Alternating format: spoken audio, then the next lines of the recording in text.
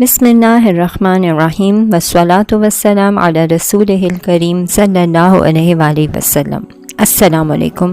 Doctor محمد کمال اسماعیل 1908 سے 2008 مصر کی تاریخ کے سب سے کم عمر شخص جنہوں نے ہائی اسکول سرٹیفکیٹ حاصل کیا، پھر رائل اسکول آف انجینئرنگ کے سب سے کم عمر طالب علم، وہاں سے گریجویٹ ڈگری لی، پھر سب سے کم عمر طالب علم جن کو یورپ سے اسلامک آرکیٹیکچر میں ڈاکٹریٹ کی 3 ڈگریاں لینے کے لیے بھیجا گیا، سب سے کم عمر نوجوان جنہیں بادشاہ سے نائل، اسکارف اور آئرن کا خطاب حاصل کیا، وہ پہلے انجینئر تھے جنہوں نے حرمین شریفین کے توسیع منصوبے کی تعمیر اور عمل درآمد کے لیے اختیارات سنبھالے۔ اس کے لیے انہوں نے شاہ فہد اور بن لادن کمپنی کے بے حد اصرار کے باوجود بھی کسی قسم کا معاوضہ لینے سے انکار کر دیا انجینئرنگ ڈیزائن اور آرکیٹیکچر نگرانی کے لیے۔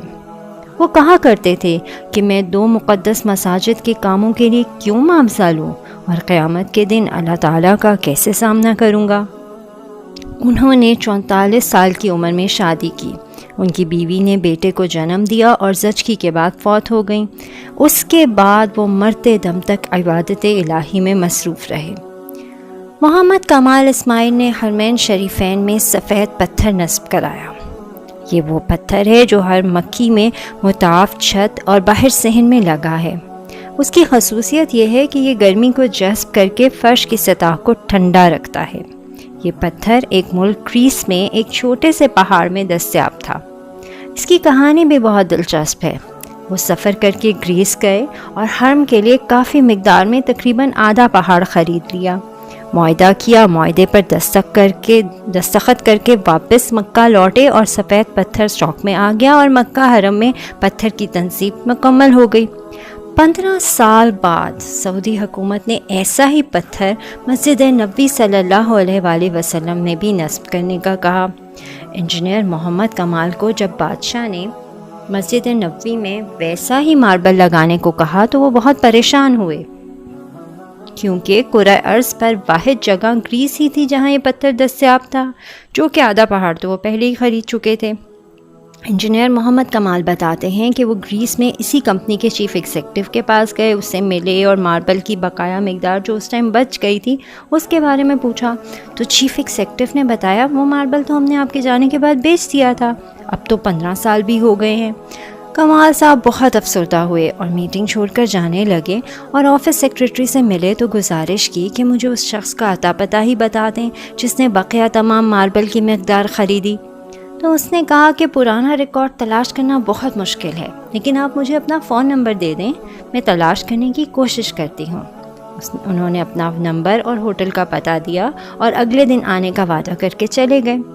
دفتر چھوڑنے سے پہلے کمال صاحب نے سوچا کہ مجھے کیا ضرورت کہ کس نے خریدا، اللہ تعالیٰ خود ہی کوئی بندوبست کر دے گا۔